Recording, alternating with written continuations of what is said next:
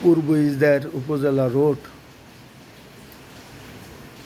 অবৈধ ট্যাঙ্কের বিষাক্ত কেমিক্যালের পানি রাস্তায় ছেড়ে দেওয়ায় রাস্তার পানি প্রতিনিয়ত কালো হয়ে যায়, লাল হয়ে যায়, নীল হয়ে যায়। এই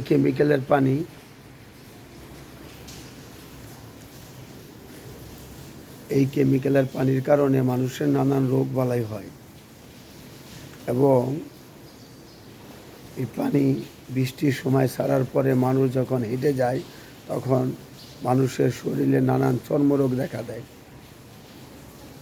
এই অবৈধ ট্যাঙ্কের বিরুদ্ধে কেউ কখনো কোনো ব্যবস্থা গ্রহণ করে না। পরিবেশ অধিদপ্তর বা পরিবেশ আসার পরে বন্ধ করে দেয়, আবার কয়েকদিন পরে চালু করে ফেলে। এই অবৈধ ট্যাঙ্কের কারণে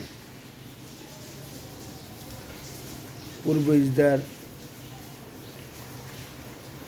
উপজেলা রোড এলাকাবাসী চরম ভোগান্তিতে। এর প্রতিকার কি? মানুষ এই কেমিক্যালের পানি থেকে কি মুক্তি পাবে?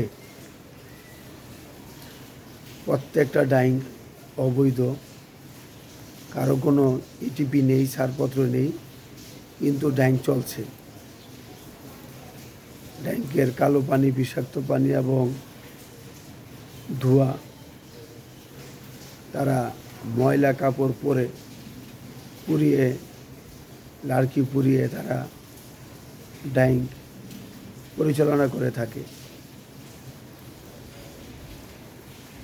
বৃষ্টির পরিষ্কার পানিগুলো তাদের ট্যাঙ্কের কারণে এরকম কালো হয়ে যায়, নোংরা হয়ে যায়।